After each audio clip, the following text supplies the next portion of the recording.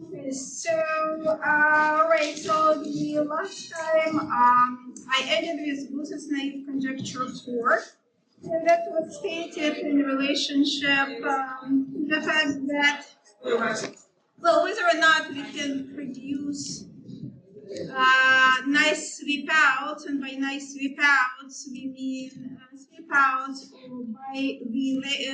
by the object, the size of which we can control somehow in terms of the parameters of the manifold. And what we've seen up to this point, that a lot of times we cannot. And nor do we expect that Gauss's naive conjecture is true. And in particular, it was suggested by the theorem by Al-Shawa and Chen. So I mean, this is not a strong of a statement, but it somehow is suggested that it's not so easy to sweep out three-dimensional manifolds by one-dimensional objects. However, and I'm going to go on a tangent a little bit here. There are short sweep outs. There is in particular this famous result by Balashov and Zhou, where they sweep out a Riemannian surface of some genus, closed Riemannian surface, by cycles. So I did not properly define it. I will properly define the sweep out by cycles a little bit later. But this is decomposing a surface into curves where we allow that there's some number of components in each slice, and where we want to bound the total length of those. And what else? So yeah, so you can sweep out if you allow more than one component. So before we were sweeping out just by closed curves. And here we allow to do something easier than that. And in that case, you can control the length. So in the optimal sweep out, you can control the maximal length of a cycle through genus and through the square root of area of the manifold. And then there is a theorem by with Alex and with Saburo, which is gives a little bit of the same vibe, but we are sweeping out manifolds of higher dimensions, so the closed Riemannian manifolds of higher dimension. We are sweeping them out by cycles, but we are only controlling the length of a connected component. So in the previous statement, so I said that it's difficult to sweep out, we don't even expect sweep outs by cycles. Well, I mean, if you allow just to control length of connected components, then, you know, then it's so, and here's a theorem that I find very useful. So this is a theorem that if you, so I mean, yes? On the last slide, with the square root of the genus, is that expected to be like the optimal dependence on the genus? So,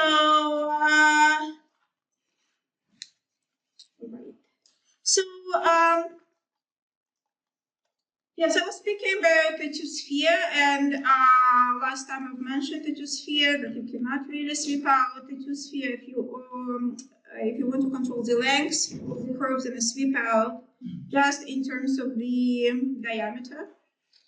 Now, I don't know, I have not mentioned it, but maybe you talked about it, that you want to control purely in terms of area, you cannot do it either. Went off. It did. Oh, it's fine. Okay, so sweeping out.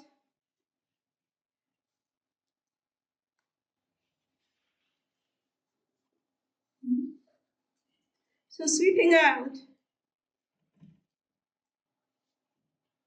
by short curves. Okay, by short, I mean the length is controlled.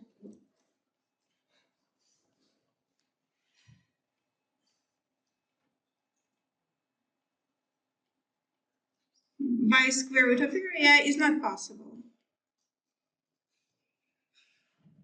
And there, an example is not very difficult to construct. Maybe you discussed it already. I don't know if you did or you did not, but maybe it's, if you didn't, maybe it's a good idea to think of an example like this.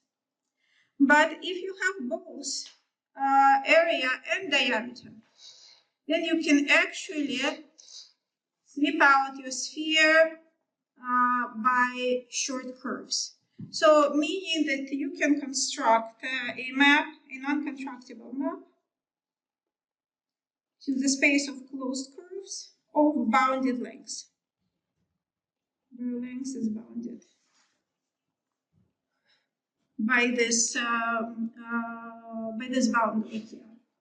So you can do that. Not constructible.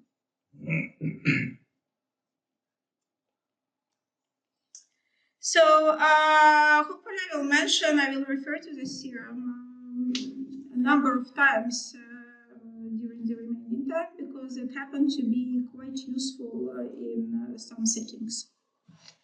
So now, so we asked a number of questions, namely, can we bound the size of minimal objects in terms of some other parameters of the ambient space? And then particularly we started with the length of the shortest closed geodesic, and Panos also talked about it. But I just will mention a little bit more. So the question first that I want to ask is, why do we even expect that the answers to those questions are positive? I mean, the answer is, well, there are two answers. First of all, we don't necessarily expect that they are positive in higher dimensions. I mean, there are some indications, and some indications come through the connection that the length of the shortest periodic geodesic has with an injectivity radius.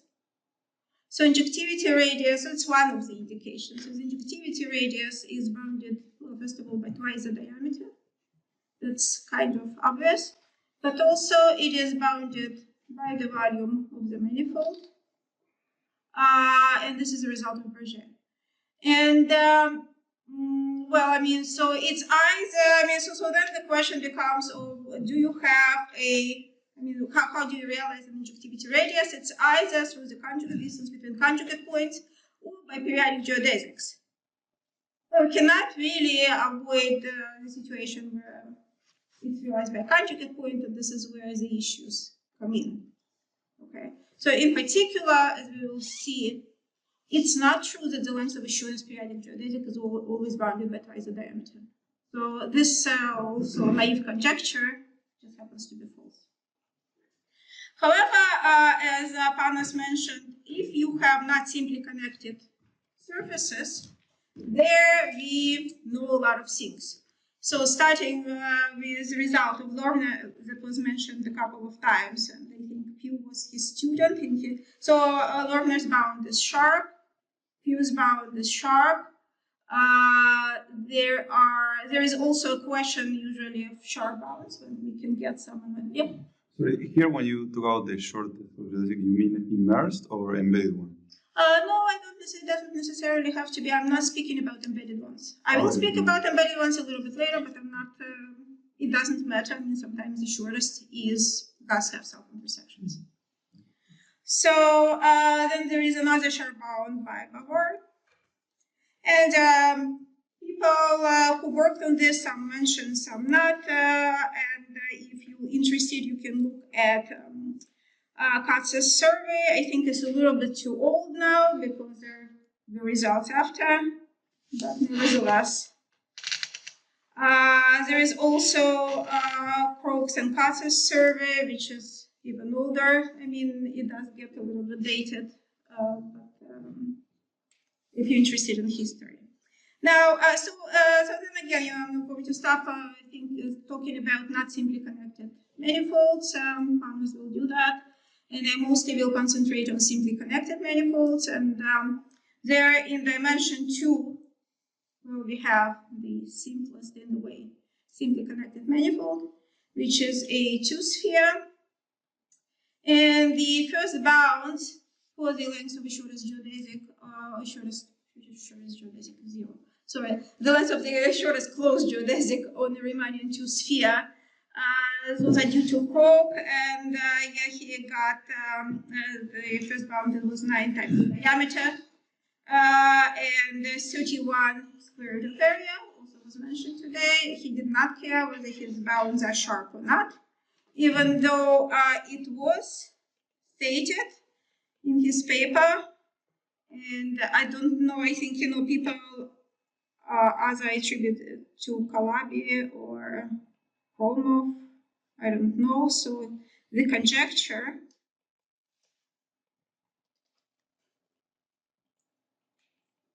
that the sharp bound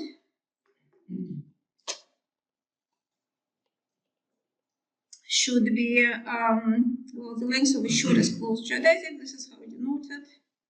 It's bounded by 4 through 12 square root of a. And is realized by the following degenerate situation where you take two equilateral triangles, you glue them together, and that's what they say is realized as a sharp bound. But this is open, it's unclear. And for a long time we saw that, so this is, I don't know, Kromov or Calabi, or maybe Krok himself. And for a long time we saw that the length of a shortest periodic geodesic should be bounded by twice the diameter, but except there is a counterexample, it's not explicit. So Balashov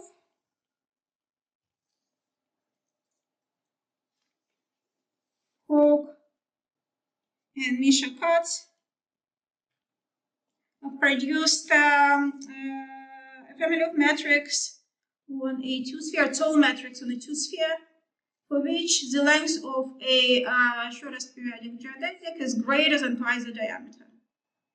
But we have difficulty understanding the geometry of those examples. And in particular, we don't have any candidate for the sharp bound. Okay. Okay, so this is the paper of Krok I'm referring to. Now, then, those bounds were improved first by Maeda to 5 times the diameter. Then it was improved to 4D, and that was independently by Alex and myself and Stefan Saburu. And then the area bound was improved to 8 square root of A. And then I improved it further to 4 square root of 2, which is still far from the sharp orthogonal. And that's where it stops. Okay, so first thing that I'm going to do, I'm going to give a summary of the proof of the bounds for a sphere. And in particular, I kind of like the proof for the 4D. This is not the proof that was that's written anywhere, but this is, I think, the shortest one that I currently know. And so let me begin with the following definition. So I'm going to begin with the definition of stationary geodesic nets. I mean, they're kind of interesting on their own right, which I probably will mention a little bit later. But also, they are, in some cases, helpful to obtain bounds for the short periodic geodesics. So, stationary geodesic net is something like this. Okay, so for example, yes, stationary geodesic net. Geodesic net is a multi-graph. I mean, I'm going to allow loops and multiple edges with multiplicities. Okay, so, this is just a net where each edge is a geodesic. And stationary must satisfy also this stationarity condition. And sometimes I get lazy and just call geodesic nets, stationary geodesic nets by geodesic net. So something like this. Okay, so this is, I'll try to do the picture. So this is on a sphere.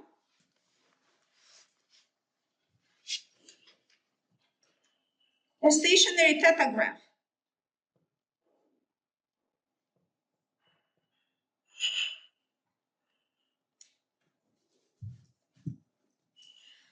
Each edge is a geodesic, and each of those angles is 120 degrees.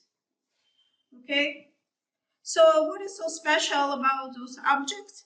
It is that they are critical points of the length functional on the space of graphs. Okay, so I mean, I can, by analogy, right? By analogy with curves, I can define lengths of graphs or energy of graphs. Energy is convenient sometimes. I'm just by adding the length of edges. I can define flows in the space of graphs, right? Where I can start decreasing, just like Birkhoff curvaturing process, where I start decreasing the total length of a given graph. So what can I do, right? I mean, so let me just draw something like this again. I mean, this is not a geodesic net, this is just some theta graph, right? So I can shorten each edge, unless each edge is a geodesic, by just replacing sufficiently short segments by geodesic segments. I have to worry about where those vertices will go, right? I mean, there is an additional condition. And if those vectors don't end up to zero, don't sum up to zero, then there is a natural direction I can move this vertex, right? I just can sum all those vectors and move it in that direction. And if you look at the, so if you go to the variation of lengths, variation of energy formulas, you will see that unless this ends up to zero, I can always decrease the lengths. The total length. I mean, in the process, some of the edges can become longer. I'm not saying that all the edges decrease all the time, but I can do that. Okay, so here is a problem I can possibly want to discuss tomorrow. So if we have a figure-8 geodesic net on a surface, it must be a self-intersecting periodic geodesic. Okay?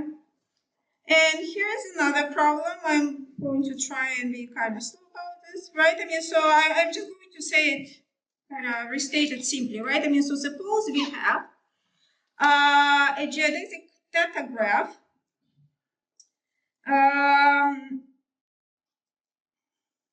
a geodesic theta graph on a positively curved two-sphere.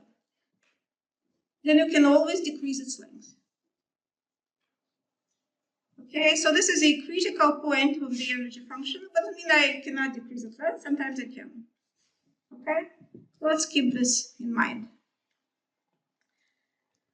Okay, so let me now talk about diameter bound on a two-sphere. So if you recall, when I talked about how do we get bounds, I said, well, we have the existence theorem, right? And this existence theorem of Lyusternik, of Fet and Lyusternik.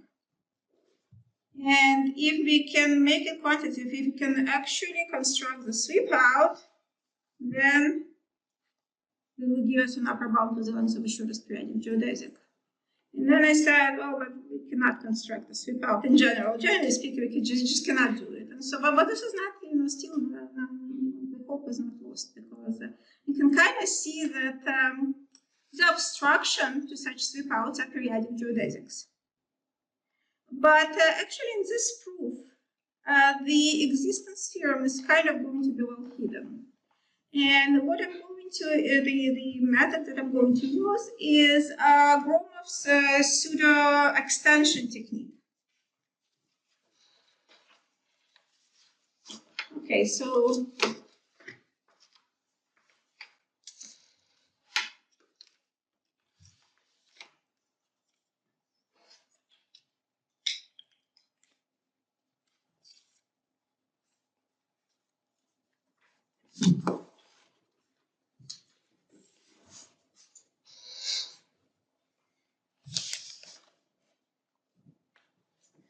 to do this, let me begin with, so I have a Riemannian two-sphere.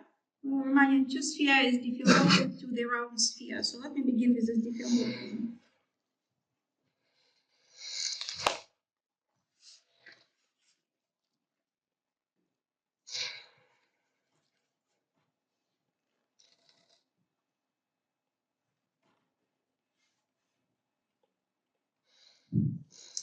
Okay, so this is a diffeomorphism. I'm going to triangulate S2 into very small simplices and well, what's a very small simplices? I want the diameter of the induced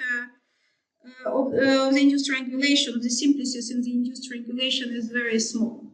So smaller than some given delta. I can make this delta go to 0 eventually.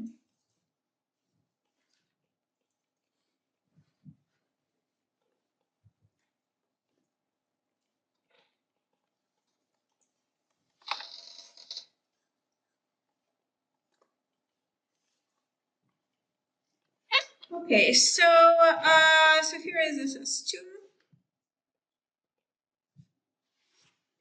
And here is M.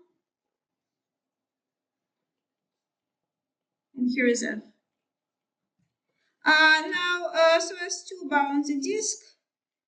And I'm going to triangulate this disk as a cone over triangulation of S2. So I'm just going to add its center. And I'm going to connect the vertices, the simplices by in a natural way. So now I'm going to try and extend F to D3.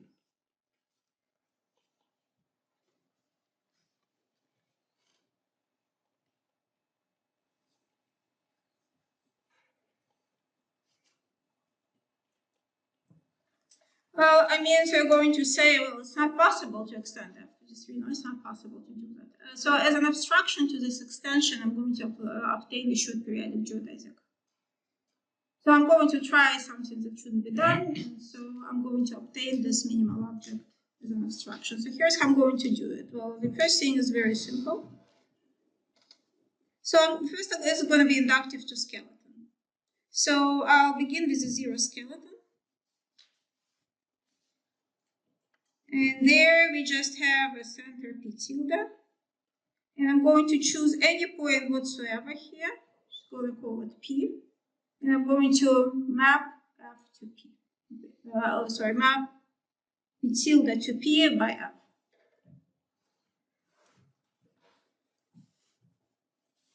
So, okay, so now I'm going to go to one skeleton. I mean, that's all I need to do with the 0 skeleton. For the other points, you have to use F, right? Say it again. For the other points, Yeah, so this is part of triangulation of M already. Yeah, so I don't need to do anything.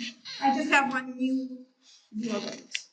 So I'm only talking about new synthesis. Now I'm going to be talking about new edges. So this is one skeleton.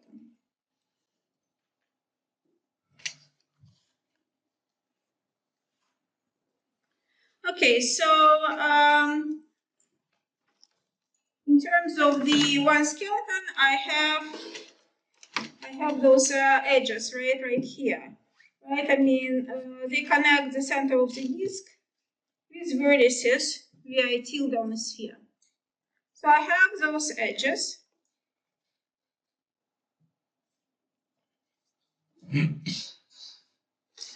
And so every time I extend to a skeleton, I'm going to ask myself the same question, is where does the boundary go, right? And the boundary goes to, well, I mean, we know where it goes, right? I mean, so we have this VI, this is a vertex in the original triangulation, and we have this point P. This is where the boundary of the simplex go.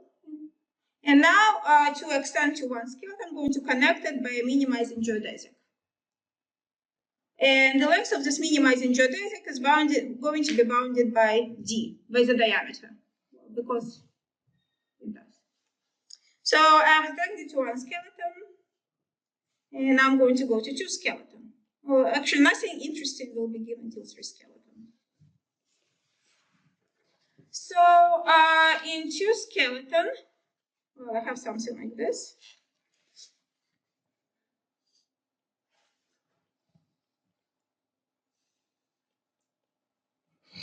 And again, I'm going to ask myself, where does the boundary go under F? Well, it goes to something like that. I mean, remember, we have point P, we have VI, Vj, we have a very small segments that connect them, right, of length less than delta. This was connected by minimizing geodesic. This was connected by minimizing geodesic. So I have this closed curve of total length bounded by 2 times the diameter plus delta.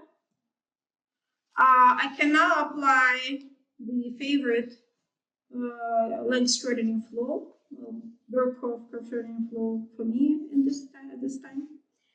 And one of the two things will happen. So either when I apply it, I'm going to get stuck on a geodesic, or I will not get stuck. So if I get stuck on a geodesic, so maybe I should treat it as case 1. We obtain geodesic.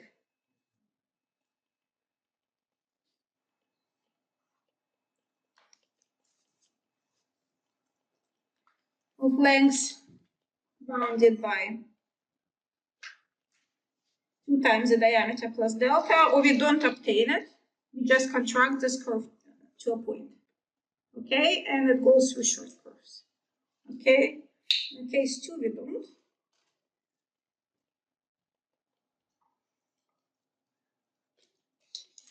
But in this case, we can take this 2 simplex and map it to a disk generated by this homotopy. So we have stagnated 2 skeleton.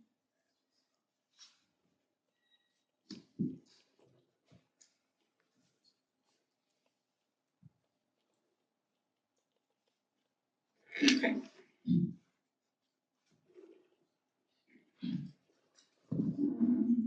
The page.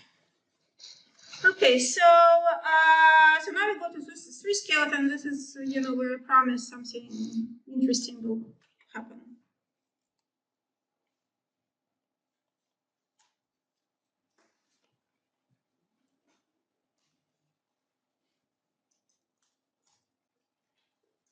Okay, so again, in terms of 3 skeleton, we have something like this.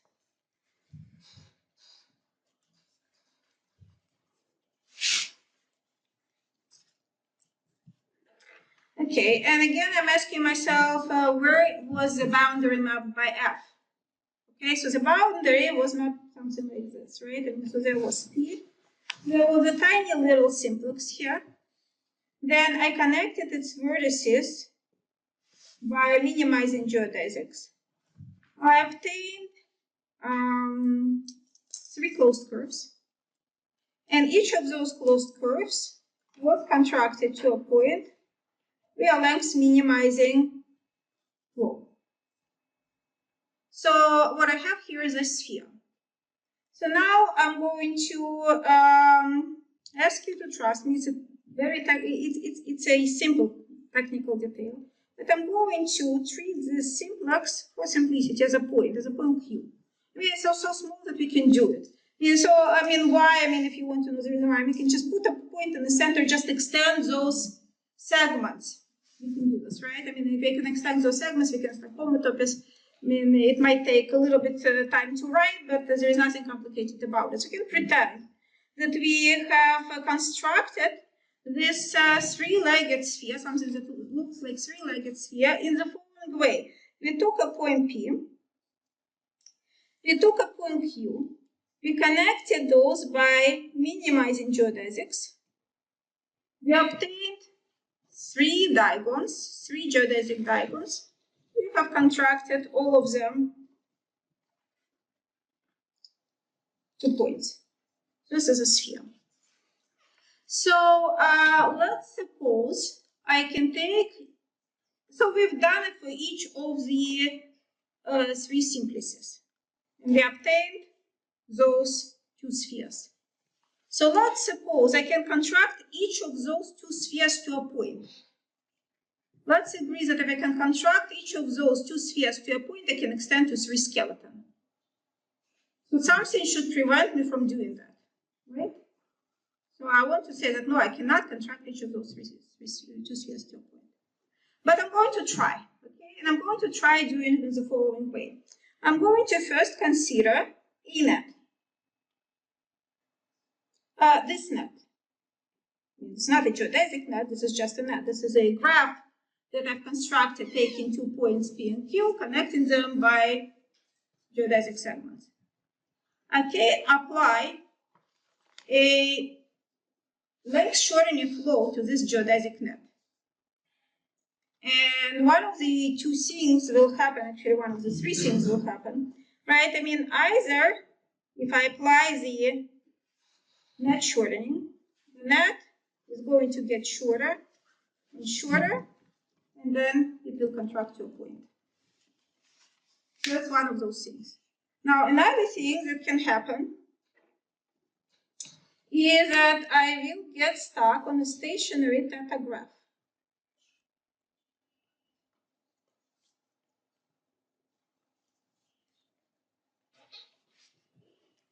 But also in the process, maybe some edges come together, maybe some edges disappear. So in fact, I might get stuck on something stationary, but not theta graph, but either stationary figure 8, or maybe even stationary geodesic.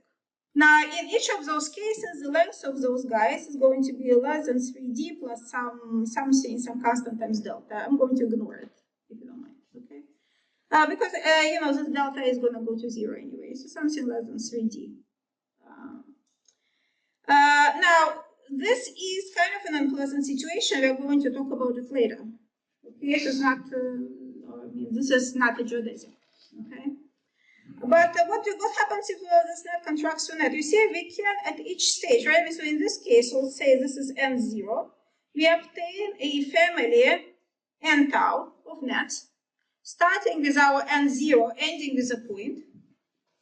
And for each of those guys, we can consider a geodesic diagon, use curve shortening flow, and build it into a sphere. So each time, for each tau, we do something like this, unless there is a periodic geodesic. So if it's not periodic geodesic of length bounded by 3 times the diameter, we can do that, okay? And so what we get is a family of spheres that start with our sphere and with a point. And, well, we can just say, no, I mean, this particular case cannot happen, right? I mean, this particular case cannot happen. Because if it happens, right, I mean, we have succeeded and extended to 3 skeleton, we just said we cannot do. Question? Yes. Is it obvious that this family of spheres S tau is continuous? I don't know how obvious it is, but here is a lemma. Unless we have a periodic geodesic, those curves vary continuously. Okay. That's a good question, by the way, right? Is because you see the topology of the space of closed curves. I mean, everything that we do here right now, right? The topology is hidden. It's unclear where it comes in. Well, it comes in right where, you know, from yes. Mm-hmm. So, right. So these are good cases. This is not this is good case. This is not possible. And this is a bad case. So, yep. So in that first case, like as you contract the designate, right, the theta graph, how do you know that also the corresponding disks that field gets small? This is yeah. I mean, so this is something that Fermi just said. So they are going to vary continuously, right? I mean, so the length is going to the boundary length is going to decrease. At the end, it's going to be a point. Well, I mean, so you're contracting a point. But the feelings couldn't be. Well, I mean, so okay, so let's say, you know, we get something that a very small curve. Let's pretend we have a very small curve. It sits inside the radius of injectivity, radius of convexity. I mean, we just can contract it. Oh, okay. Then after some point. Yeah. Mm-hmm. After some point, we don't have to worry about anything. Okay. Okay. So then, what do we do with the bad case? Well, I mean, just like we use the length shortening for a net, we can use a weighted length shortening. So let's use a weighted length shortening.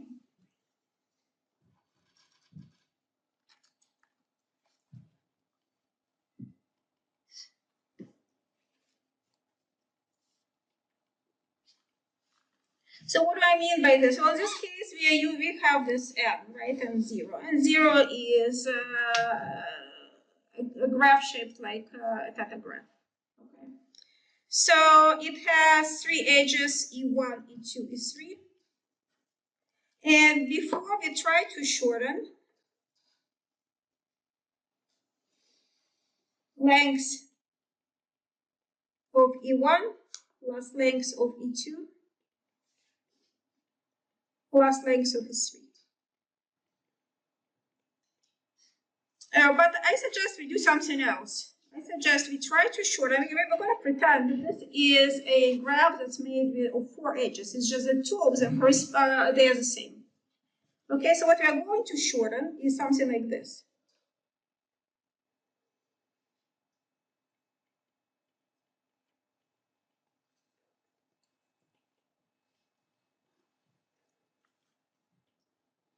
Length of E1 plus length of E2 plus length of E3. Or two lengths of E3. Okay? So if we apply, so again, so now everything, the length of this object is bounded by 4 times the diameter. But if we now apply the length shortening, it cannot get stuck on the theta graph. There is no stationary theta graph that satisfies those conditions. There is if you look at the conditions at a vertex, the stationarity condition is impossible to satisfy unless one of the edges disappears. So the only thing that can happen is that one of the edges will disappear. Just going to that page.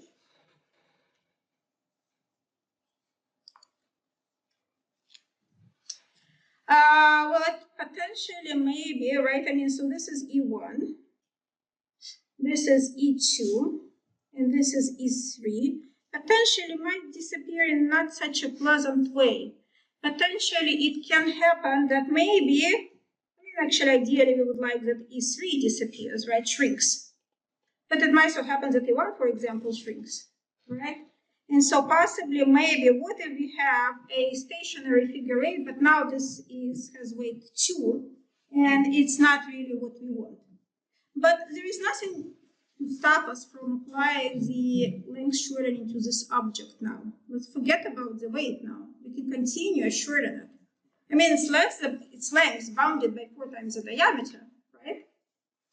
But if we now drop the weight assumption, we can keep making it shorter than the diameter, and then either it converges to a point or to a periodic geodesic. So this is a proof. Okay, so this is a diameter proof. I think it's actually a very simple proof. I like it. And now we're going to go to the area proof. I'm going to not do all the details because it's a little bit, it's not difficult, it's a little bit cumbersome. So I'm just going to go to the original ideas of Krog. And actually, if you don't care about the optimal bound, I know 2 ways we can do that. There are 2 ways we can do that. The question is, right, how do we connect the lengths of curves and the area of the manifold? This is the first sort of kind of philosophical question, I would say. And I think, right, the answer was kind of given to you today, right? We do it through one of the answers, right? Through the area formula. Okay, so you've seen area formula today, and I'm going to see it again. Right, so area formula expresses the integral function over an open set in terms of integrals over the level sets of another function. But in this particular case, right, we're just interested in geodesic spheres, right? So we have our sphere, and we start decomposing it into geodesic spheres. To sort of pick a point, increase the radius, and look at the geodesic spheres, look at their lengths. Okay? So this is what we're going to do. So now, you see, we're going to assume that diameter is large compared to square root of area, right? We're going to assume that I'm going to go back now, but we're going to assume that diameter is greater than root over 2a. Because you see, we have already the bound for the length of a shortest closed geodesic in terms of the diameter. So if it's smaller, then here we go. I mean, we don't have anything to do. So our sphere is kind of long, right? I mean, here it looks something like this. Of course, it doesn't have to be. It may have, like, let's say, some fingers or something. I don't really much care about this. What I'm going to do is the following. I'm going to, and I'm going to show some inequalities. I'm going to pick 2 points, just explaining first the intuition behind it. I'm going to pick 2 points that are at the diameter distance. And I'm going to say that, well, I mean, so first of all, I'm going to look at the geodesic spheres. The geodesic spheres don't have to have, I'm going to connect it by a minimizing geodesic. So geodesic spheres do not have to have one connected component, right? Something like this might happen. I don't necessarily care. I'm just going to pick the connected component that is intersecting my geodesic. I'm going to forget about the rest of the connected components, just to take this technical difficulty, not to deal with this anymore. Now, intuitively speaking, there will be, because the diameter is larger than square root of 2 area, there will be a bunch of geodesic spheres like this that are going to be relatively short. Okay, so going to be a bunch of those guys that are going to be relatively short compared to the diameter. In particular, how short are they going to be? They are going to be short enough that I pick some point, not far from here, kind of, let's put it this way, kind of far from the ends. If I pick those points kind of far from the ends, if I go like this, go to this kind of short geodesic sphere, go around it, return back, this curve is going to be short compared to the distance either from P or Q. Does it make sense? I mean, so it's going to be kind of not too long. So why do I care? Because if I start looking at this, and again, I'm going to do maybe a more precise job, right? I mean, so if I'm going to take this curve and now view it as a loop, and now apply the length shortening process, but with a fixed point right here. Well, either, okay, I mean, I did not say it. I mean, so now we are in the space which consists of base point loops. And we are applying the length shortening there. So what is the critical points of the length functional if we are considering the space of the base point loops? I mean, so remember, if it was a space of closed curves, those were periodic geodesics. When it was the space of graphs, it was stationary geodesic nets. And if we're in the space of base point loops, those are going to be geodesic loops. Those are going to be geodesic loops. I mean, something that we talked about before. So if I apply the length shortening, there are 2 things that possibly can happen. Either it contracts to a point and gets stuck on a loop. But here's a problem. If I remove points P and Q from this sphere, those curves are not, we cannot contract them. Okay, we cannot contract them to a point. I mean, they are not contractible. We are in a cylinder, right? So in this particular case, and they're not, those curves are not long enough to pass through points, either point P and Q. And so because of that, they will have to get stuck on the geodesic loop. Okay, so I'll describe. So first, let me just point out the inequalities from where we get this, and then I'm going to tell you why we care.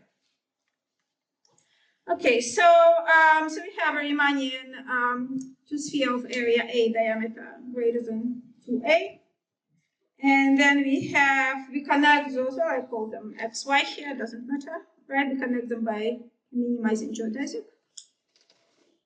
And then we are considering geodesic spheres. Okay, so I'm going to be a little bit not precise enough here, right? I mean, so we have our sphere.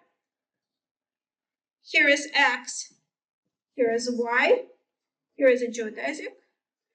And where is T naught? T naught is somewhere here, right? I'm going to measure a distance d plus square root of 2a over 2.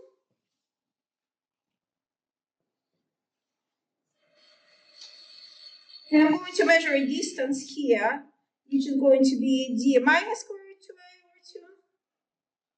And I'm going to take my T naught somewhere here. I'm going to consider all those possible situations. T naught is allowed to be anywhere here. Okay? And then I'm going to consider this integral. I'm going to consider this integral, right? I mean, so I have this guy. This is from Covariant formula. And I can integrate this. I can integrate it and conclude that indeed this equals to A. And so I can conclude that this is true. I mean, there will be some t for which this is going to be true. Okay? By comparing. Okay, so it follows, right? I mean, so when I have this long sphere,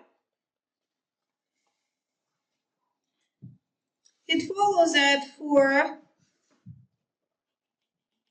points in here, I will have a geodesic loop that will look maybe like this, or maybe it will look like this. Okay? So what do I mean by this, right? I mean, so I might give you a definition a little bit later, but my domain is either going to be convex or not, right? I mean, so by convex, I mean the following: that if I take any two points that are close to each other and I connect them by a geodesic, it sits inside this domain. And right, this is just a question of an angle because we're talking about loops here. This is just a question of an angle of this loop. So, well, I mean, there are two things possible. One possible thing is that I will have a situation that looks something like this.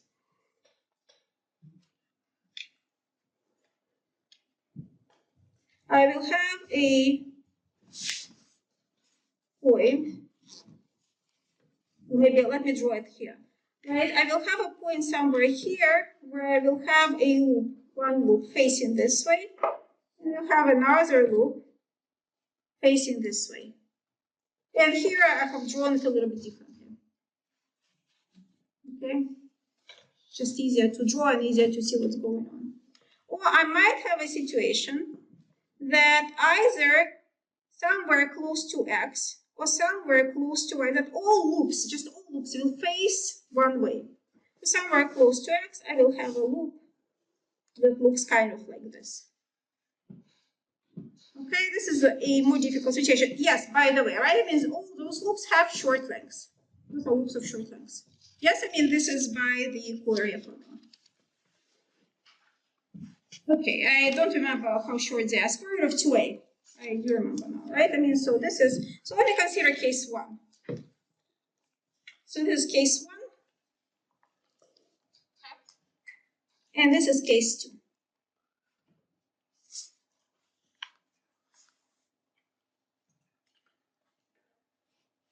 So let me consider case 1. And I'm going to draw it in the following way, right? I mean, so I have this loop here. Length is bounded by 4 to 8. Here, length is bounded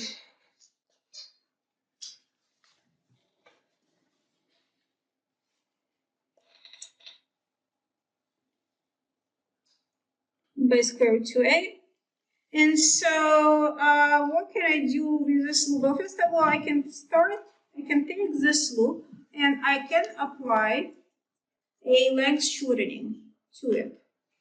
So if I have something like this, so I'm going to draw it separately, and I apply length shortening, it was shown that the curves that I obtained let's say this is a domain omega. The curves that I will obtain will stay in this convex domain omega. They're not leaving it.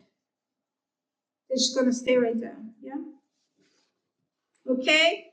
And if I apply this to this loop, so I get something like this, and I get something like this. But now I can also consider this curve right here. Well, unless I get stuck on a periodic geodesic, right? I mean, maybe my picture looks something like this. Maybe there is a little bubble here, and I get stuck on a periodic geodesic. But unless I get stuck on a periodic geodesic, I'm sweeping out the whole disk by curves of short lengths. I can also look at this curve right here. I can look at this curve. So I'm going around this loop. I pretend those loops touch, and I obtain this curve. And I can now apply the length shortening to this curve as well. And unless I get stuck on the periodic geodesic, I sweep out this whole disk by short curves as well, right? I mean, so those curves are going to be of lengths bounded by twice square root of 2a. Something like this.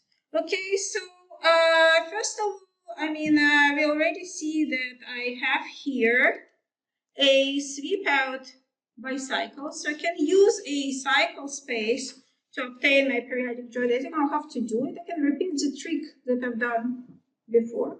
Unless this is a geodesic, unless this loop is a geodesic. Oops. I can start shortening. So as I shorten it, I can repeat everything I've done. Contract this loop, contract this loop, contract this loop. And either I succeed in contracting everything to a point, which should not be possible, or I must get stuck on the periodic geodesic.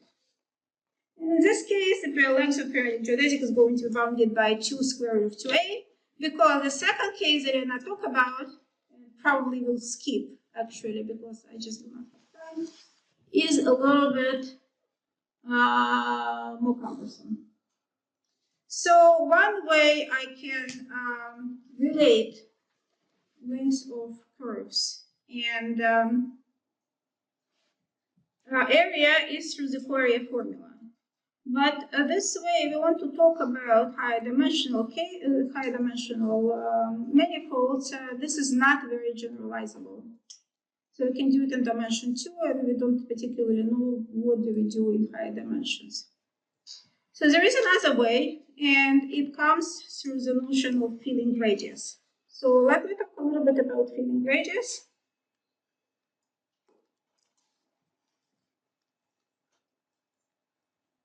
Okay, so this is a notion was introduced by Gonov in 1993.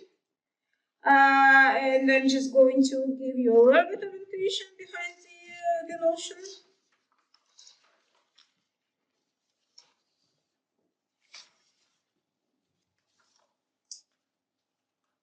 So let's say we have